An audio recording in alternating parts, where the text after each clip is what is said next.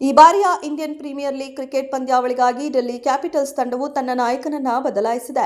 March 14ರಂದು ಬಿಡುಗಡೆಯಾದ ಹೊಸ ಪ್ರಕಟಣೆಯಂತೆ ಅದೇ ತಂಡದ ಆಲ್ರೌಂಡರ್ ಆಗಿರುವ ಅಕ್ಷರ್ ಪಟೇಲ್ ಅವರನ್ನ ತನ್ನ ಹೊಸ ನಾಯಕ ಎಂದು ಡೆಲ್ಲಿ ಕ್ಯಾಪಿಟಲ್ಸ್ ತಂಡ ಘೋಷಿಸಿದೆ.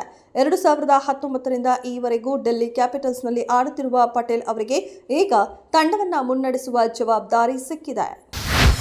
ಸುಳ್ಳು ಸುದ್ದಿ ಹರಡುವಿಕೆಯನ್ನು ತಡೆಗಟ್ಟಲು ಸಾಮಾಜಿಕ ಜಾಲತಾಣಗಳಾದ Facebook, X, Instagram, WhatsApp, YouTube ಚಾನೆಲ್ಗಳ ಮೇಲೆ ನಿಗಾ ಇಡಲು ಜಿಲ್ಲಾ ಮಟ್ಟದಲ್ಲಿ ಹಾಗೂ ಪ್ರತಿಯೊಂದು ಪೊಲೀಸ್ ಠಾಣೆಯಲ್ಲಿ ಸಾಮಾಜಿಕ ಜಾಲತಾಣ ನಿಗಾ ಘಟಕವನ್ನು ಪ್ರಾರಂಭಿಸಲಾಗಿದೆ ಎಂದು ಗೃಹ ಸಚಿವ ಡಾಕ್ಟರ್ ಜಿ. ಪರಮೇಶ್ವರ್ ವಿಧಾನ ಪರಿಷತ್ಗೆ ತಿಳಿಸಿದ್ದಾರೆ.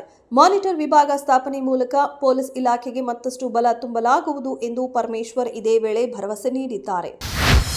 ಲೋಕಸಭಾ ಕ್ಷೇತ್ರಗಳ ಮರು ವಿಂಗಡಣೆ ವಿವಾದದ ಬಗ್ಗೆ ಚರ್ಚಿಸಲು ದಕ್ಷಿಣ ಭಾರತದ ರಾಜ್ಯಗಳ ಮುಖ್ಯಮಂತ್ರಿಗಳಿಗೆ ತಮಿಳುನಾಡು ಮುಖ್ಯಮಂತ್ರಿ ಎಂಕೆ ಸ್ಟಾಲಿನ್ ಆಹ್ವಾನ ನೀಡಿದ್ದು, ಈ ಸಭೆಯಲ್ಲಿ ಭಾಗವಹಿಸುವಂತೆ ಉಪಮುಖ್ಯಮಂತ್ರಿ ಡಿಕೆ ಶಿವಕುಮಾರ್ ಅವರಲ್ಲಿ ಕರ್ನಾಟಕ ಮುಖ್ಯಮಂತ್ರಿ ಮನವಿ ಮಾಡಿದ್ದಾರೆ. ಆದರೆ ಈ ಕುರಿತು ಪ್ರತಿಕ್ರಿಯೆ ನೀಡಿರುವ ಡಿಕೆಶಿ, ಡೆಲಿಮಿಟೇಷನ್ ವಿಚಾರವಾಗಿ ಕಾಂಗ್ರೆಸ್ ಹೈಕಮಾಂಡ್ ನಿಲುವು ಏನು ಎಂಬುದನ್ನು ತಿಳಿದುಕೊಂಡ ಬಳಿಕ ಸಭೆಯಲ್ಲಿ ಭಾಗವಹಿಸುವ ಕುರಿತು ನಿರ್ಧಾರ ತಳೆಯುವುದಾಗಿ ಸ್ಪಷ್ಟಪಡಿಸಿದ್ದಾರೆ.